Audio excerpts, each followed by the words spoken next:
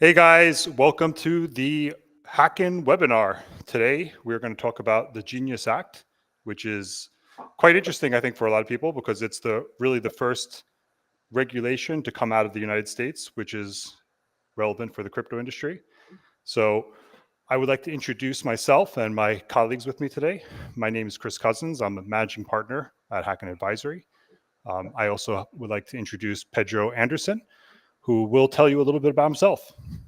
Hi, everyone. I'm Pedro Anderson. I'm VP of Growth at Hackin. I work specifically with institutional customers and growth here in the US, based in Texas. And for me, this is a really exciting panel because I've been in the space quite a while. Started my own company in 2016 in crypto. And we actually worked with stablecoin payments between major players like Ernst & Young and American Airlines and so on. And back then, there was no legal framework within the US for interacting with stablecoins. So this is a really exciting time and change in the space for me. Hey everyone, my name is Pedro Araújo. I'm a partner here at Hackin. I do a lot of the business development.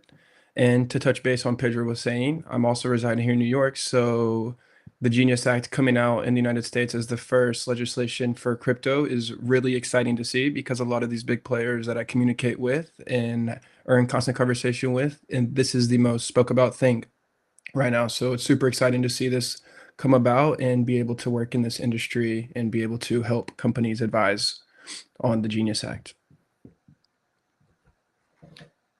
So, Chris, you have quite a bit of experience with the legal side of crypto. And I bet you it's a big deal what's going on right now. And you're probably getting a lot of inquiries along these lines, right? Yeah, I mean, we're starting to get a lot of questions about it. So the Genius Act really applies towards kind of big players in the crypto market. So a little bit different from what we're typically dealing with, which is smaller projects or exchanges that aren't quite at like the level of multi-billion-dollar stablecoin issuers. But definitely there's a lot of uncertainty and questions around how Genius is going to apply towards their business and what they need to look out for.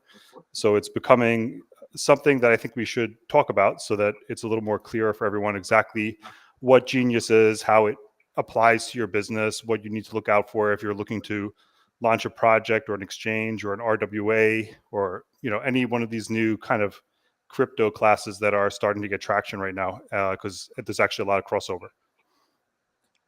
Beautiful. So I think we should just talk a little bit about Hackin for anyone who happens to be with us that doesn't know what Hackin is and what we do. So Hackin ultimately is a cybersecurity business which works exclusively in Web3 and crypto. And we've been at this for 9 years or almost 9 years now. And I would say that we're probably like top 3 players in the cybersecurity vertical in the space. Working with tier 1 clients, we're working with all top exchanges, we're working with a lot of governments now to provide compliance monitoring solutions. And it's just becoming a very high growth vertical in the crypto space because hacking is a multi-billion-dollar problem. And historically, there hasn't been a lot of money thrown at it in a way of preventing hacks from happening. So it's becoming a huge issue, and we're at like the front lines trying to guard the industry against these type of threats. But also on the compliance level, right? You can't have essentially what is a bank without having good security. So regulators around the world are starting to realize that. And part of the legislation is basically forcing regulated projects and exchanges and custody providers to implement some sort of security safeguard. And that is a big part of the Genius Act. So it's just like a little bit about us. And I don't know if you guys want to like elaborate a little bit more on some of our clients and what we've been doing recently. Absolutely. To touch base with what you're saying, so we do position ourselves as an end-to-end blockchain cybersecurity company, but we also do a lot of compliance and regulation, as Chris was saying.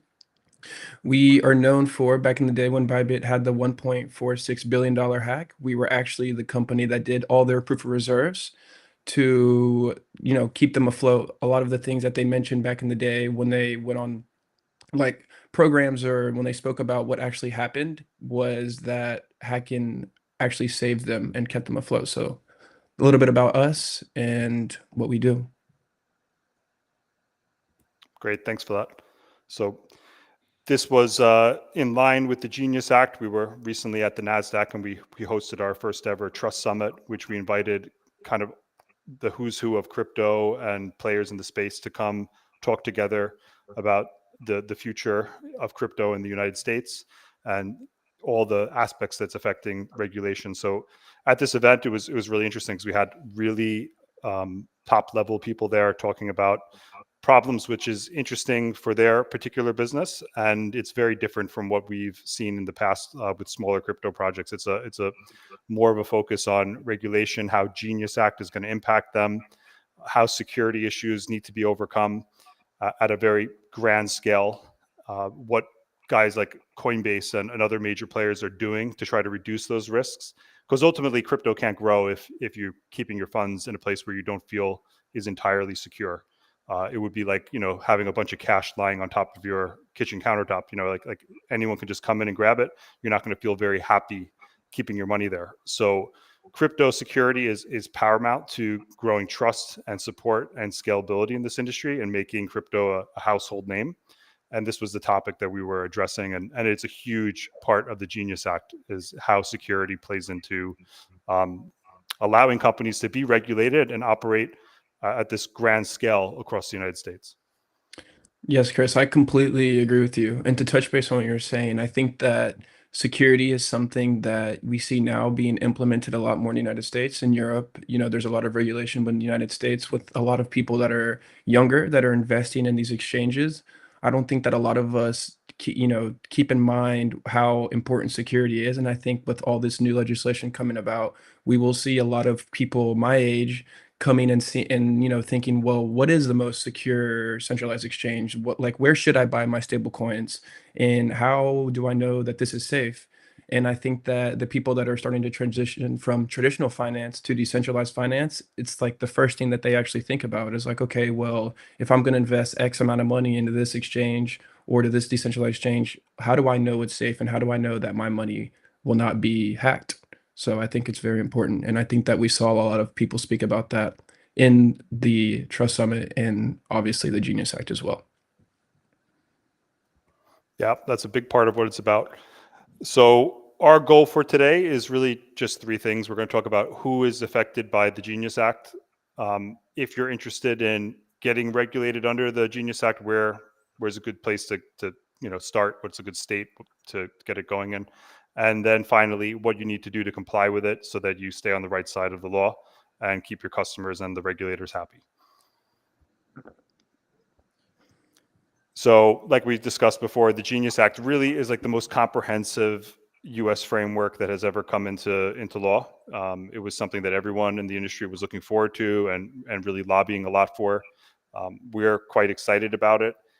It opens a lot of interesting doors, and I think it opens, more importantly, the road for future frameworks that will support smaller projects and really the whole industry. So it's step one in what I hope to be a long list of regulations that come out that support the industry and all players inside the industry, whether they be Tether or Circle, down to small projects that are just launching today. Absolutely.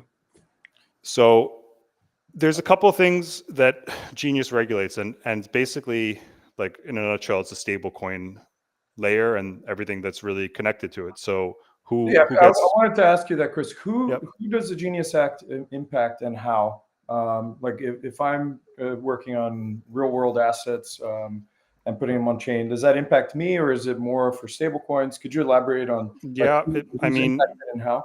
Yeah, it does. So like at the top level, it really impacts stable coins, right? So existing ones like Tether and Circle and any of the other players in the market that want to run a compliant stablecoin, they're going to need to get regulated under the Genius Act. They have some time to do this, right? So it's not like it needs to be done now. That's an important thing to bring out. So this is not really coming into full effect until 2028.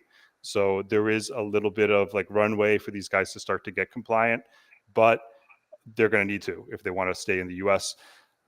Down from them, anyone who's interested in offering like an RWA product, which has stablecoins and as a component of either settling or even backing the asset to some sort of stablecoin, those guys are going to need to make sure that they're using people who are licensed if they want to have that that RWA in the States. I think RWAs are complicated to launch in the States right now. So that's been kind of like my experience with it, is that RWAs are a challenging product to bring into the U.S. market, because it really only fits under like Regulation D or one of these SEC regulations, which tends to be expensive and excludes a lot of retail investors. So it's hard in the States right now. So I don't know how impacted they're going to be, because I don't think there's that many of them that are trading like as true RWA tokens. The crypto exchanges are going to be impacted. So that's like probably the biggest impact, right? Like, you're not going to be able to run a US exchange without having stablecoins that are regulated under Genius Act. So, I mean, aside from that, that's pretty much like the majority of the projects or businesses that are going to be impacted right now. Banks that want to get into it, right? Like, so like if you're a bank and you want to launch a stablecoin product, you're going to need to get regulated. But these are pretty much the main guys that are impacted, is like the really like the bigger players, not necessarily smaller projects. You guys will have noticed that we have the Slido QR code on the screen. So please make sure to scan and or throw in your questions through social media, and we'll be addressing them at the end.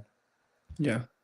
And Chris, I was going to ask you, so these companies, for example, Circle and USDT that have already came out with a stable coin that's been prominent for years, and now this new regulation coming in, where do you think their outlook lies compared to, these big, large financial institutions like JP Morgan and even the smaller banks that are coming out and trying to come out with their own stable coins? What do you think the difference is between the companies that have already been instilled? Huge differences, right? So like Circle and USDT, these guys have been, first mover advantage in the space, right? So they're already integrated throughout the entire ecosystem. So like a stable coin doesn't do much for you if you can't trade it against other tokens or have a good exit rail to fiat to be able to spend it.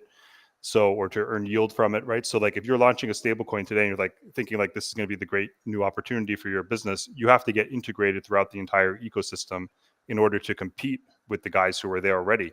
So like Tether, like there's not a single exchange you can go on that doesn't have Tether pairs, right? There's probably not a single exchange you can go on nowadays that doesn't have Circle pairs. But other stable coins like Athena, for example, right? They're not integrated to that level across pairs, across, every exchange in existence. So like if JP Morgan or a local bank or a national bank, whoever, Bank of America, whoever wants to launch a stable coin, and a lot of them want to, they are going to need to either have a trading platform that's like proprietary, which they direct their customers to use their own stablecoin there, or they're going to have to, get integrated like at the ecosystem level across all major exchanges in order to really be relevant. Absolutely. I agree. So there's a lot that goes into meeting all of the compliance requirements for Genius Act and everything. How much did you want to dive in and get a little bit technical and under the hood, Chris, today? I think we should stay pretty high level. Okay, I mean, so like the first thing, like we were saying before, is I think it's obvious to everyone that a stablecoin needs to have one-to-one reserves that are liquid, that they could liquidate assets to fulfill the need for withdrawals or redemptions. No one wants to get into a situation where a stablecoin depegs and then faces some sort of insolvency issue because they invested in risky assets or something like that. I think everyone's trying to avoid meltdowns like Celsius and stuff from companies that were just doing whatever they wanted with people's money and not necessarily having much of a risk-based approach. So stablecoin is simple, right? It's one for one. And then everything else really is kind of stuff that's in a way obvious. Like if you're operating an exchange, right? Like you have to do AML, you have to have monitoring, on-chain monitoring. You can't be, issuing stablecoins and having them used for, illegal activities and being able to be washed and so on, like on Tornado Cash. It happens, but ideally we'd like to avoid these situations. And that's what the law really is kind of prescribing, that there's a big technical and security component behind all these issuances. It's not just, hey, we'll buy some treasuries and then, issue a dollar for every treasury that we have it backed by. That doesn't really work with the Genius Act. So you need to have one-to-one reserves. You need to have an AML policy. You need to have sanctions monitoring. And then you need to make sure that there's like operational resiliency, that everything is dialed in, pen tested, stress tested, not any easy access to creating a situation where stablecoins are minted out of thin air.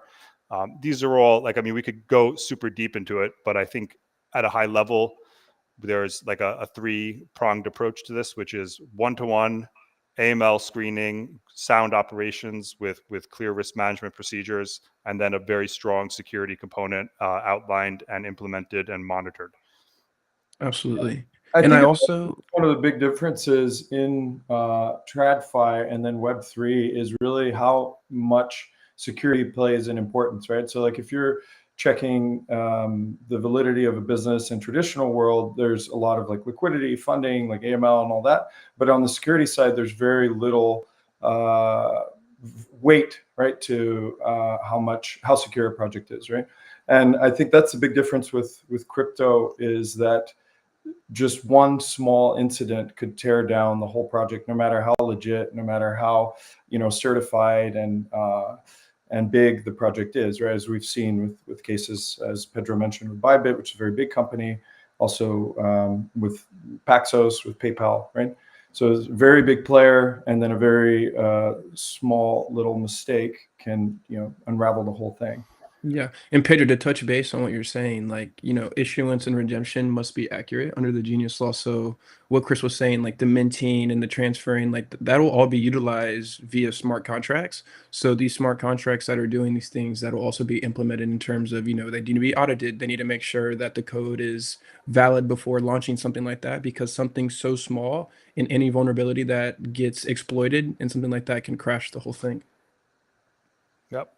That's really what it comes down to, right? So like, if you walk into a bank, what's the first thing you see? Cameras everywhere, right? Security guards, armed delivery and pickup, right? So, TradFi banks, like retail banking, they implement strong security, right? It's physical security, but still they still have strong security. And then of course they have strong security all over their technical layers of their business for online banking and so on.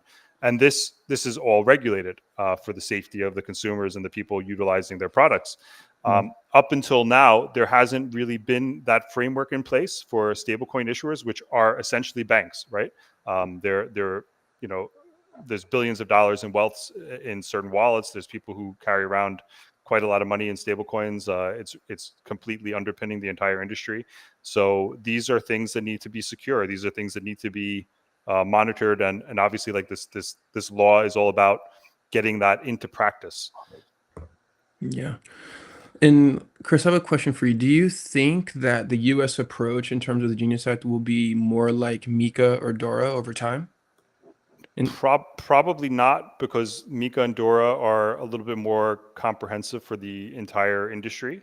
So like whether you're like a token issuer or an exchange, or like almost any crypto related project can fall under Mika or Dora.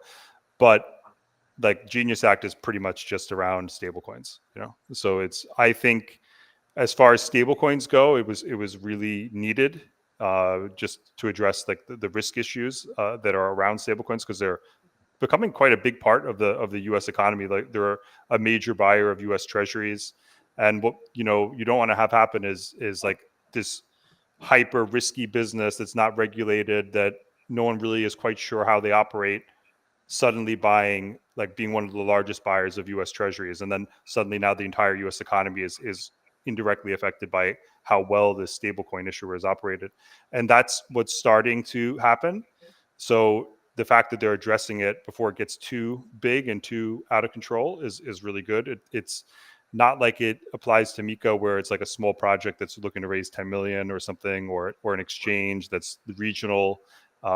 These things don't have the power to really like disrupt the global economy, but someone who's buying billions and billions of dollars of US treasuries does, and someone who's integrated into every single exchange globally definitely does, right? So it really needed regulation, and this is like the highest form of regulation I think in crypto right now, and it's going to be difficult. Like anyone who thinks like, oh, I'm going to go get regulated under Genius, it's not going to be quick, it's not going to be easy, and it's definitely not going to be affordable unless you're a very well funded project.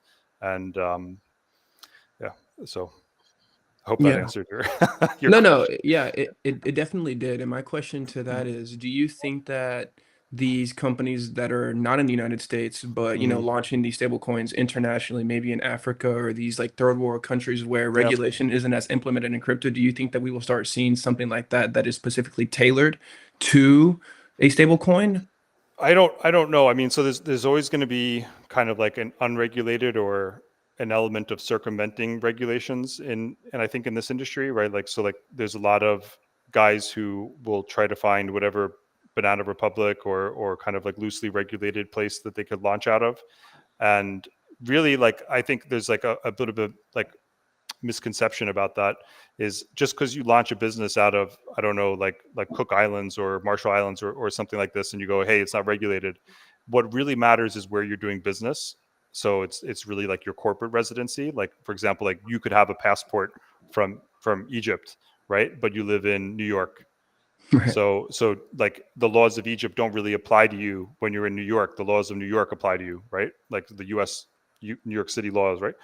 So if you're thinking like, hey, I'm going to launch a crypto project and circumvent these regulations while like living in Europe or living in the US, that's when it's like a little bit misguided because where you're actually sitting, where you're actually conducting business is where the ultimate jurisdiction is going to be. So I think the fact that things are getting more regulated is starting to push those guys a little bit out of the business in a way.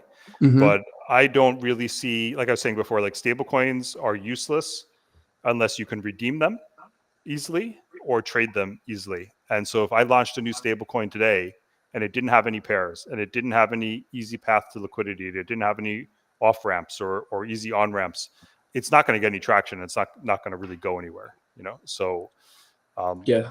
So the, this is a nice segue into the next slide about the state path versus the federal path, mhm. which is one of the things introduced in the Genius Act. Can you walk us through that and the benefits of either?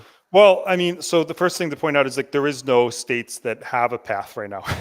There are states that want to, and it's been a provision that was made in the legislation that you could be a state, like if you have a state issuer that has license framework that is similar to Genius Act, that you could operate under the state law.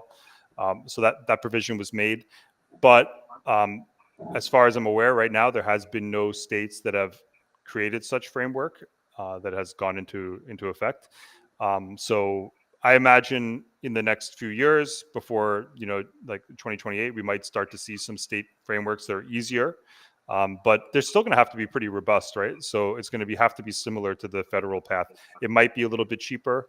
We'll have to see how that plays out, but right now the federal path is really the only way to do it. Chris, There's what about Wyoming? Well, they're always on the news with Cynthia Loomis and the work that she's done. She's done it yeah. on the federal level, but also on the state level. So Wyoming, for me, is my absolute favorite state in the country to set up anything crypto related. They have nice laws. They have had them for a while. It's very easy to set up companies there. There is no state taxes. They have DAO frameworks, right? So there's a lot that Wyoming has to offer. It's very private.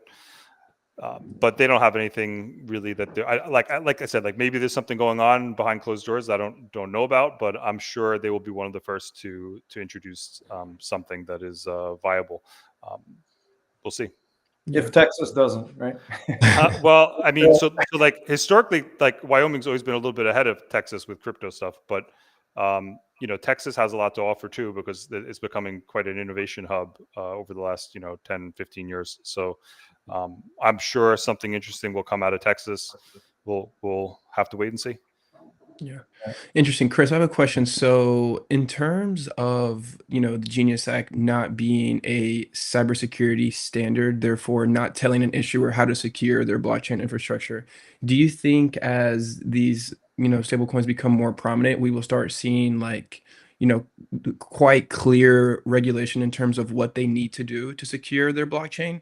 I know that there's like obviously like a one-to-one reserve, but in terms of, the RWAs with like the smart contracts or like a pen test on the infrastructure and things where hacking services can be implemented, do you think that we will see a more clear, regulation in terms of what actually needs to happen? I don't know if they're going to spell it out in black and white, like you need to do X, Y, and Z to be able to be qualified and approved as as an issuer. But for sure, it's going to be expected of that they're doing industry best practices. Like that's going to be completely expected. So whether or not, like, right, like I just use the standard bank analogy, right? Like, so whether or not you want to put, 15 cameras in your lobby and use, 12-inch thick bulletproof glass around all your tellers is kind of like up to the bank own risk policy. So like if I relate that to crypto, like they're going to have to use standard industry practices to safeguard client funds. I don't know if they're going to spell it out in black and white, like you must have this minimal. I imagine they will, but I think that some of that precedent will probably take place in different incidents that happen, right? So court situations where things go to court and there might be a form of negligence involved, and that sets a precedent for what needs to be done. Yeah. I'm just curious because we're gonna, start seeing stablecoins not just used for investment purposes, but for cross-border payment purposes. I've been seeing a lot of companies, come out in these third world countries where people don't have access to banks, but they have access to these smartphones and they can utilize this to send money via, stablecoin to someone in another country. So it's interesting to speak about that. Yeah, I mean that's happening, right? So it's happening right now all day long. It's already happening, right? So like if you have USDT in your wallet, you can send it to China, you can send it to Russia, you can send it to any country that's even a sanctioned country.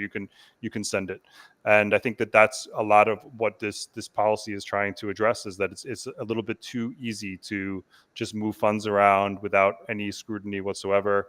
Yes, Tether can freeze things on chain, but how you go about doing that isn't really clear. Like I mean, I know how it gets done, but for the typical enforcement agency, like these points are not clear and they need to be. So I think it will just get. I mean, so the other thing to point out is like we're still really early days on all this stuff. Like we're like I don't know, like AOL mail instant messenger level of like in the time frame of the internet, right? Like this is really early on still. And I think as time goes on, it's going to get more understood, and it's going to be easy for people to set clear guidelines for how it should be managed. Absolutely.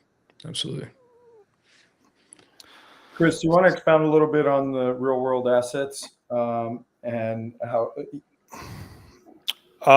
Yeah, I mean, so I'll talk about it in general. So real world assets have been something which has gotten incredible traction, and we've seen that at Hacken, right? So there's been, I mean, like on the advisory side of the business, we have tons of inquiries all the time about, hey, I want to set up an RWA, I want to, tokenize real estate, I want to tokenize art, I want to like there's if there's an asset and it hasn't been tokenized, they're interested in tokenizing it, and there's a lot of that going on. So does it really impact what's happening with the Genius Act? Yes, it does. But like I was saying before, launching an RWA in the States is doable, but complicated. Launching it in Europe is a lot easier. So we try to get most of the RWA guys to set up in Europe under kind of like crowdfunding regulations, and then they can combine that with like an asset reference token later on. But what's the big advantage of doing it in Europe? Is it the cost, or is it the ease, clarity around the legislation? So Europe has crowdfunding laws which are really clear, and certain countries have pretty easy pathways to getting regulated as a authorized crowdfunding provider. So it means that you can raise 5 million at any 12-month period as an issuer. So like if you operate a crowdfunding platform, you can have issuers on there. They can raise 5 million. They can then tokenize that equity. The big caveat is that it's not tradable. So you can't trade that equity token. But what you can do later on is potentially have it redeemable for a asset reference token, which could in theory be tradable. So it's kind of like a two-step approach, but yeah, like that doesn't exist in the States, that type of structure. So it's like I say, like regulation just kind of crypto specific regulation just got started in the States. It's been till now a lot of security based, like SEC focused regulation. And if you're not a true utility token, it was always seen that you're like basically a security. And definitely all RWAs are securities, right? Whether they get regulated from the SEC or the CFTC is another question. But it's expensive to launch an RWA in the States, and all of them if you're launching in the States, are going to have to use compliant stablecoins. So I guess that's the main thing. Okay, and what about if you're coming from abroad and interacting with the U.S.? What does that look like? What do you mean? Like if I'm running an EU business and I want to get US customers? Yeah. It will depend on some kind of specifics, like if you are marketing directly towards the US, or you're setting up an office in the US, like how much your US presence is. But if you are accepting US clients and you're marketing to US clients, then absolutely you're going to need to comply with US law, and you're going to need to comply with the Genius Act to some extent. If you're not marketing and they just happen to find you and you do all the AML requirements and so on, I mean, it's a bit of a gray area in some ways. But if you have a very large business, like, I don't want to put a dollar figure on it, but if you're a major exchange and you're accepting US clients, then absolutely you need to be conforming to US laws. It goes back to that corporate residency thing I was talking about, right? So like if you're operating out of Lithuania or Estonia or Germany, right? If you have a US focused business, right, and you have guys in the US operating, but you're trying to claim, hey, I'm just a German business, it's not really true, right? You have staff in the US, you have marketing team in the US, you have guys going to conferences in the US. And we have had clients in the past who, like, I'll give you an example. We had a derivatives exchange who was claiming that they geo-blocked everyone from the US, but then they went to all the US conferences. So just that act alone put them under CFTC review, and they ended up getting an investigation and a whole bunch of legal fees, and it wasn't pleasant for anyone to have to go through that, especially founders who weren't expecting it. But it was just that one little act of going ahead and going to a conference in the US and wearing name tags and having a booth there that did it. So you have to be careful. And I mean, to some extent, you had to be a little more careful before Trump was in office. But I think we're only like another 3 years away from a new administration, right? And you still have to be careful. Like we don't know what's going to happen, right? Like the political scene changes a lot. You generally take a risk-based approach on this and don't do things that are going to land you in hot water. Interesting. Ooh, U.S. jurisdictions. Okay, so like we touched on this before, and like I say, there is no state hard, fast rules yet, or any path to getting a state license yet. But people who will go down this road probably are going to go look at Delaware, Wyoming, or maybe New York. There will be other states as well, but I think we're still so early days.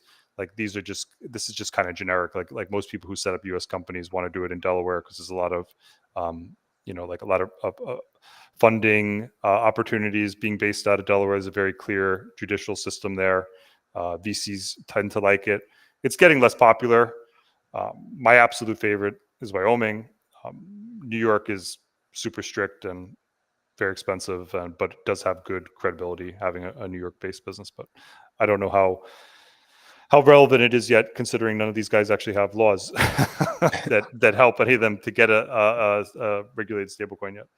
But if you're looking to set up a business in the States, definitely you'll probably want to go Wyoming or Delaware, just for tax purposes. And why not? Oh, because New York has higher. Well, tax. New York has corporate taxes. New York is also kind of expensive just in general to do business there. Wyoming is super quick. You could have a company up and running in like 2 days. Delaware is more expensive than Wyoming. It does have some taxes as well.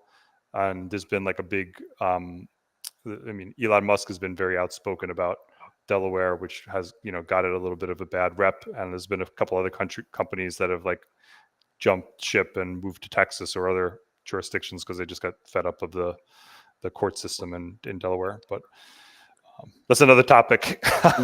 Chris, Yeah. I actually have a question for you. So all these states that aren't being mentioned now, what's your opinion in like the long run? Do you think that there will be a uniformity of the laws that are being passed in each state, or do you think that, with crypto being more prominent and legislation being more prominent, do you think that every state will kind of have its own little like niche set of They tend to have their own little niche setups and ideas on how things should be done. I don't think that there will be like one practice that is overwhelmingly like common in every state.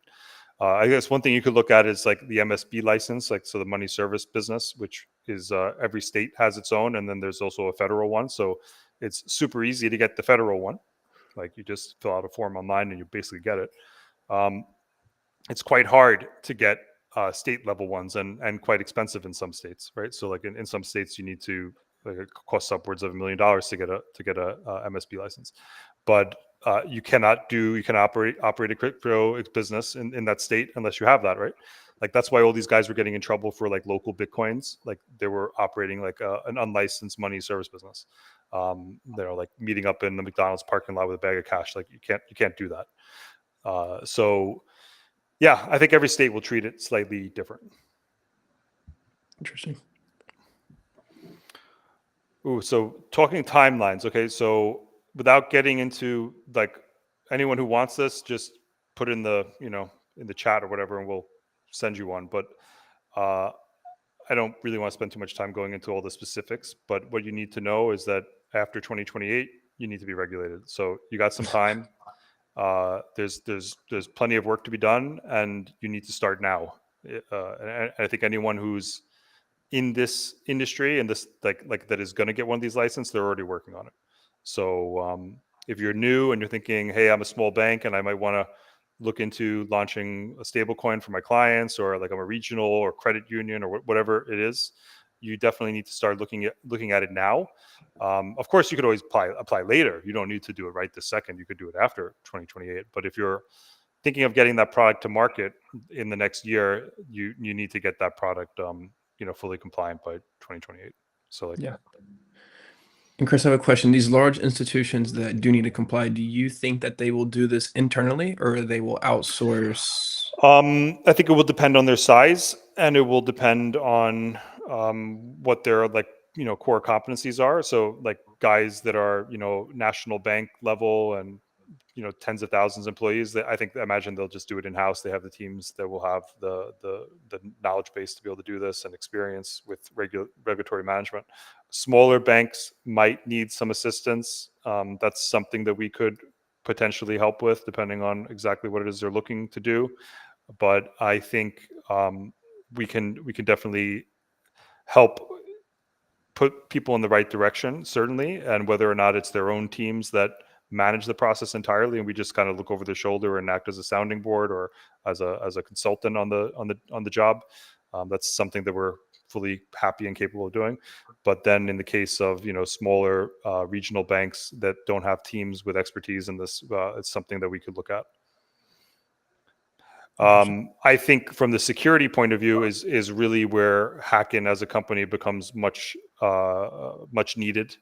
So like if you're trying to integrate a good sound security policy for your either your custody solution at your bank that you're interested in getting going, or your digital asset company that wants to make sure that they're using best practices for the the safeguarding of their clients' funds.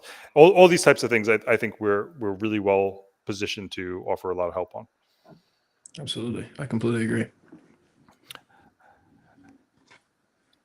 So you want to keep on going with this? Like what do you need before we launch? So I think it's probably more or less pretty obvious to everyone that you need a U.S. entity. You're going to need a banking partner or a qualified custodian. You're going to need framework for handling risk. You're going to need the reserve workflow, AML structure, and then smart contract audits and security systems put in place if you want to make sure your customers are safe. But these are things everyone will know, I think, if they're looking at that as a project right now. So the last component here is the technical compliance stack, right? So these are areas where you absolutely need to have this in place to operate your business effectively and compliant and avoiding a lot of risk which pertains to the industry that we're in. If you are a, like think about like if you have billions of dollars of client funds or even millions of dollars of client funds, you are absolutely a target right now. There's no question about it. There is a team of North Korean hackers probably working on trying to find a way they can exploit your systems. It's just how it is. So we have put a technical stack together which manages this process from A to Z and helps you stay on top of this so that you can check vulnerabilities in your system and know in real time if there's an issue that needs to be addressed to keep things secure. And you guys are way more pro than me at the extractor system and explaining that. So I think this is something that, maybe I'll ask you guys some questions on, and you can tell me how extractor system is able to help a lot of the guys who will be launching stable coins, whether they be a small bank or a regional bank or a custody provider, whatever they're looking to do. Let's tell them how we have a great solution for them. Yeah. And we should also touch base on the CCSS, which is the auditing of the private keys, which is honestly one of the most important parts of the Genius Act. So I think one of the interesting things is that until Genius Act, the US was largely seen as kind of an outlier in the background because of the lack of clarity around crypto regulation, and particularly frameworks for non-bank payments, right? So with Genius Act, we're kind of putting US center stage. And so a lot of institutions are coming in, a lot of new stable coins.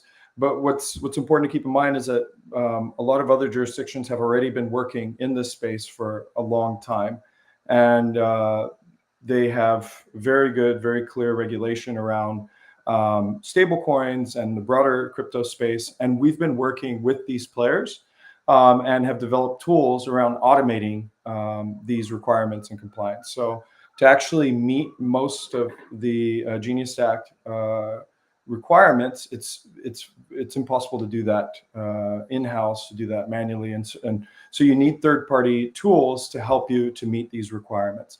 And so with Bermuda, we've helped them with the Apex project to make sure that they were completely compliant, transparent, and secure, so that users are ultimately protected. With ADGM, we even went as far as building a dashboard for the government to be able to monitor the health of any project within their jurisdiction. They were able to tell if a company falls out of compliance, and to meet all of the expectations that the regulator has in place, right? So whether their cybersecurity is up to snuff, and they're expecting the VASPs to have continuous monitoring and a very robust incident response plan with 24-hour breach reporting. So if an incident happens, they have to be able to report within that hour, that time frame, and do it with enough data for them to be able to act on it, right? You can't do that if you don't have automated tools in place.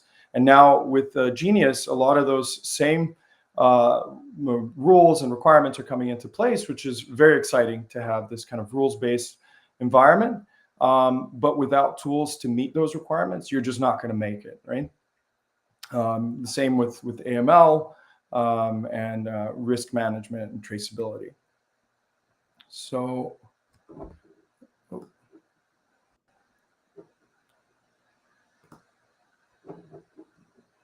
we offer we offer a full suite of end-to-end solutions to meet these requirements, starting with proof of reserve, audits, real-time monitoring, bug bounties, everything to be able to make sure that your project is 100% secure and ready to meet the challenges and threats for your Web3 project. But the tool that's particularly important for the Genius Act is Extractor, our monitoring tools that keeps round-the-clock real-time monitoring on your smart contracts, your stablecoin, your everything that you're doing on chain. And it does this by providing basically like an app store of security monitors that can track all kinds of anomalies. And then our team of incident response experts will help you to choose the right ones for ensuring safety. And it acts as kind of like an alarm clock. So let's say you were trying to secure a house, and you had the audit come in and check if the locks are, they're possible to break or they're good. They give you the sign off that, hey, you're safe. Extractor basically acts as the alarm in case somebody starts coming and fiddling with the lock, so that you're the first one to know if there's a potential threat, and then you're able to react. And we have tools for setting up automated responses that would freeze a smart contract and stop the attack, or block an address, or blacklist a bad actor, or not interact with a certain wallet that maybe has already been blacklisted, right? Yeah. Pedro, And I'm sorry to cut you off. Can you elaborate on, like a lot of my clients will get like audits done, but they're a little skeptical to go into an extractor program. Can you just elaborate on why extractor is important aside from just getting the audits done? yeah, so if somebody is worried about extractor kind of going into the back end, we can actually monitor a project even without their permission, right? So it's not like we're going in and putting anything at risk. Our monitors can monitor externally any given smart contract, or and check for anomalies coming in. Obviously, for setting up a firewall and any kind of automated triggers, you would need to give some kind of accesses in the back and everything. But for monitoring, for real-time monitoring, there's no need to expose anything. There's no added risk. In fact, it's much safer. And that's why companies like Native, which works with Lloyd's of London to ensure assets on chain, they actually provide a discount for projects which have a tool like Extractor set up, because they see it as that much safer. So they're willing to give a discount on the premium. So like you could look at Extractor kind of like a security system for your apartment or house. It lets you know what's happening, even if you're like not glued to your computer. You get alerts and you can go and take action. Yeah, and from a regulatory standpoint, the way that I see it is, you have all these rules in place, and then the players are trying to carry out those rules, right? Similar to when you're playing a board game. Let's say when I was a kid, we used to play poker, where you could create a straight that goes from Jack to 2, right? Instead of a 10.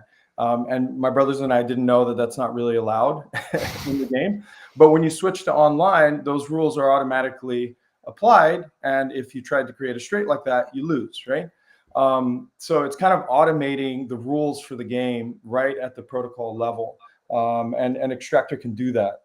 So in the case of Paxos, when they tried to mint 300 trillion tokens, they would be notified. And then if they wanted to set up triggers to prevent that, they could actually not allow that to happen, right?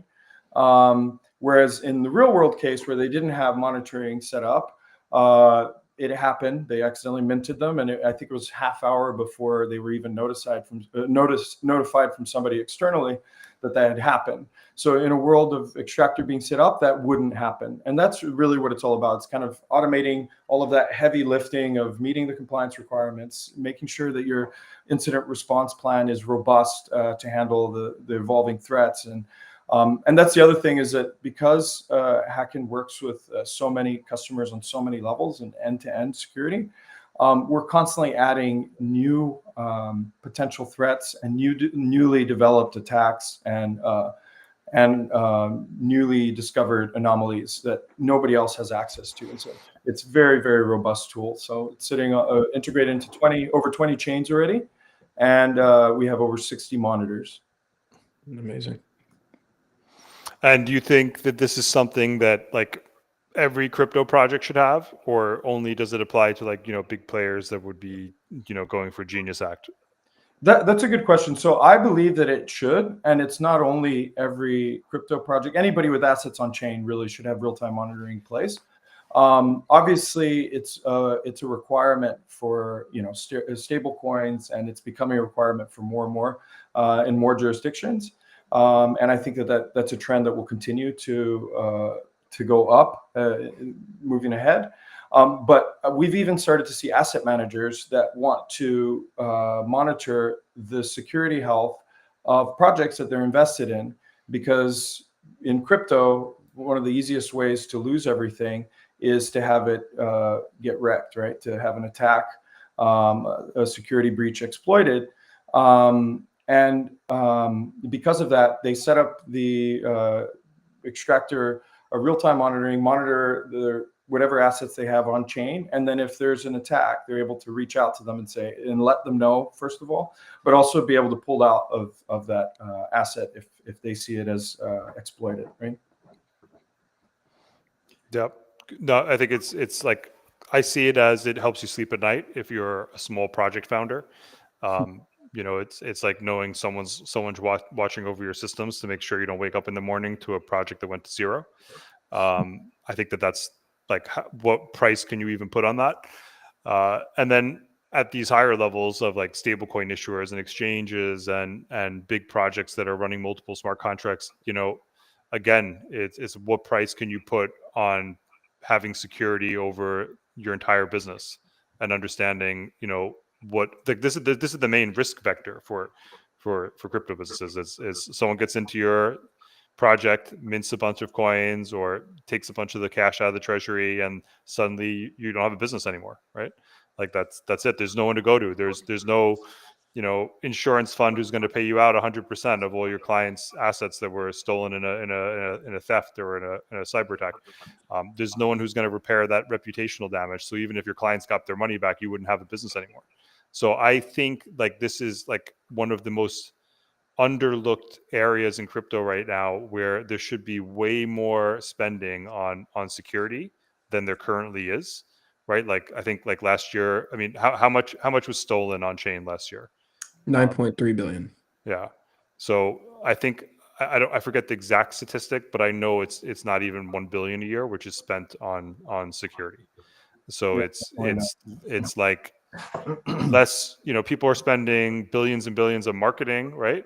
Trying to get new clients, but security is really the way you keep them, because it's you putting trust into your business.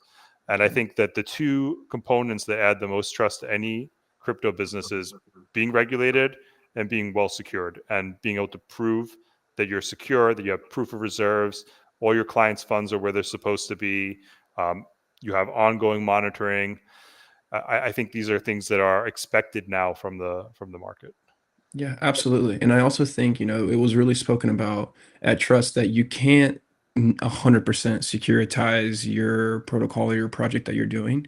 And you need to implement everything that you possibly can to almost get to that 100%, because people in, North Korea, these teams are working around the clock to find any vulnerability to exploit. So just an audit isn't sufficient. The audit makes sure that the code that you're implementing is good enough for you to launch what you're like your smart contract. But something like Extractor that can freeze funds in real time and like monitor all these things in real time is essential. And a lot of these companies were saying, the chief security officer at Coinbase was saying, we, like, my boss will ask me how much should I allocate towards security, and there's an indefinite amount. Like, you should allocate as much as you possibly can, because this is the most essential step in what we're doing to make sure that we can continue doing everything else. Yep, 100%. I mean, like, and I'm not just saying that because I'm hoping that we sell something. It's genuinely how I feel about this industry. Is like, it's all based on how secure your smart contracts are. It's all based on how secure your systems are. If you have, like, even at a personal level, like if you have lax security, you should just expect that one day you're going to wake up and there's not going to be any crypto in your wallet, right? Like if you're connecting to all these random Web3 protocols and you're not sure what you're signing, just expect it. Like if you're not using hardware wallets, just expect it. That's what's going to happen. It's just a matter of time. It's not an if, it's a when. Absolutely. And I think that this is something that people need to start. I'm glad that the regulations, I'm trying to tie it back to the regulation now, but it's like, I'm glad the regulations are starting to realize that this is the main attack vector. It's not, like founders rugging people like that type of stuff. That, yes, that will happen, but and it could be prevented with regulation, or at least reduced. But the number one attack is always going to be someone trying to rip off your crypto from your wallet, get into your Absolutely. system. Yeah. Yeah, and Get those if private anyone's keys. interested in getting a tour through, you can scan the QR code, and we can set up a demo to show you around how these tools work and what a Genius Act compliant incident response plan would look like on Extractor. Absolutely. Okay. So we're coming up on the. Do you guys have anything to add there, or should I go right into the questions because I see we're coming down on time? I think let's get into Q&A. We don't have much time left, so let's just tackle that. Yeah. All right. So the first question is, how do you see Genius influencing the market structure in the US over the next 5 years? Will we see stablecoins integrated into stock markets like NASDAQ and New York Stock Exchange? I hope we do. I imagine we will. I think so. It definitely simplifies settlement processes. It definitely makes custodial process of on-chain like assets is going to be a lot easier than how it's done today. So I hope we do it. There's a good incentive for these guys to do it. And I think even we're at Trust Summit, wasn't someone from NASDAQ saying that they pretty much think every stock is going to be like tokenized? It will. It Yeah. will be by 2026. And if you would have told, us a year ago, hey, you're going to have an event in the NASDAQ building or you're going to start going to crypto events in the New York Stock Exchange, you would have been like, you're crazy. Yeah. So I definitely think where times are headed, absolutely. Yeah, I agree. Okay. And another question. Thank you for that, Chris. We're a non-US issuer with some US users and US dollar exposure. Practically speaking, where's the line where Genius starts to apply to us? How would a regulator actually assess that? That's a very long question. I think the only way I could really answer it generically is it depends on how much exposure you have to the market, and if you're actively marketing in the States or running a sales team in the States, how much is how much of your business is U.S. Focused? Yeah. If it's like I said before, right? Like with this one client who faced a CFTC issue, he literally went to a couple of conferences, right? That was the extent of his U.S. exposure, which basically spurred a CFTC like investigation, and I don't think it went as far as a lawsuit, but definitely investigation. So so it could be something as simple as that. You need to be careful with what you're doing in the U.S. Generally, if you want to grow a U.S. business, just do it the right way and get a legal opinion and get compliant, and try to run your business as best as you can. Mm-hmm. Okay, we still have a couple more coming in. Many projects market tokenized T-bills or credit products as de facto backing for a stablecoin. Under Genius, what parts of these RWA-backed designs become non-starters? What can be salvaged?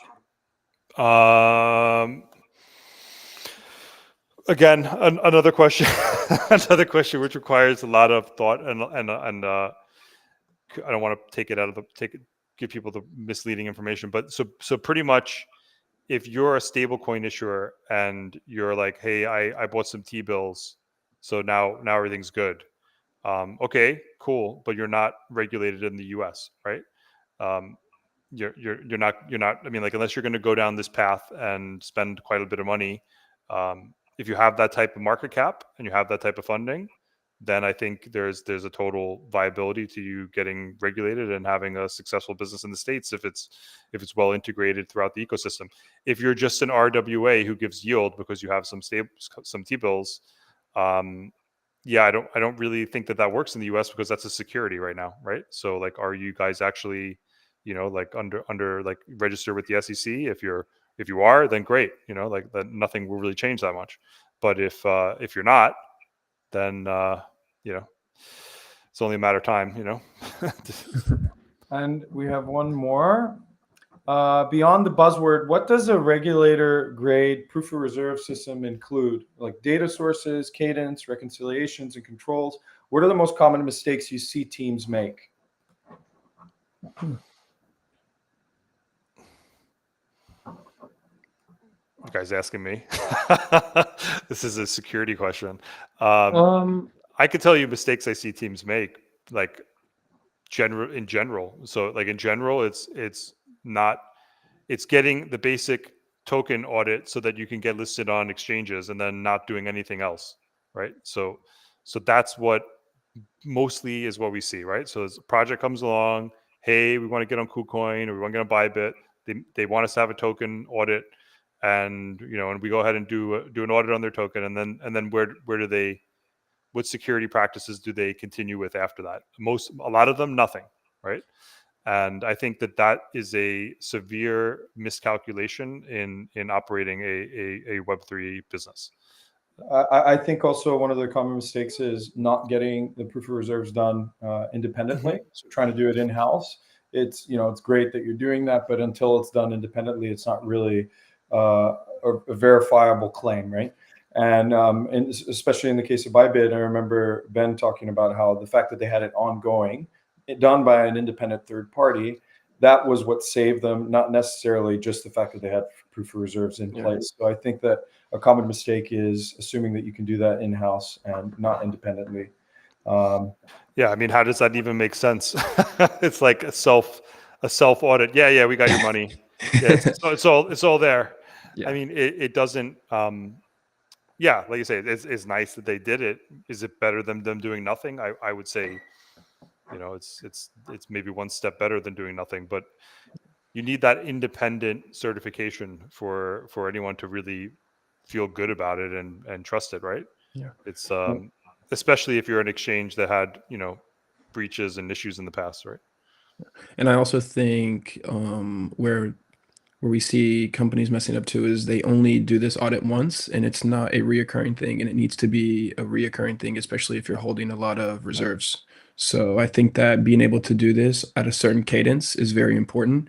And if you're going to change the code or implement anything, all of that needs to be audited. Every single thing that you change, doesn't matter how small it is, needs to be audited before it's launched. Yeah. All right, guys, we're up on time. Thank you so much for joining us today. 1 hour definitely wasn't enough to cover, but at least we hope that we provided some value and we're able to scratch the surface. Thank you, Chris. Yep. And just throwing it out there, if anyone who's listening is interested in learning more about this, feel absolutely free to reach out. We are always at your disposal to have conversations about this. You don't need to be a client yet to have a nice chat with us and pick our brain. So Absolutely. We're here for you welcome. guys.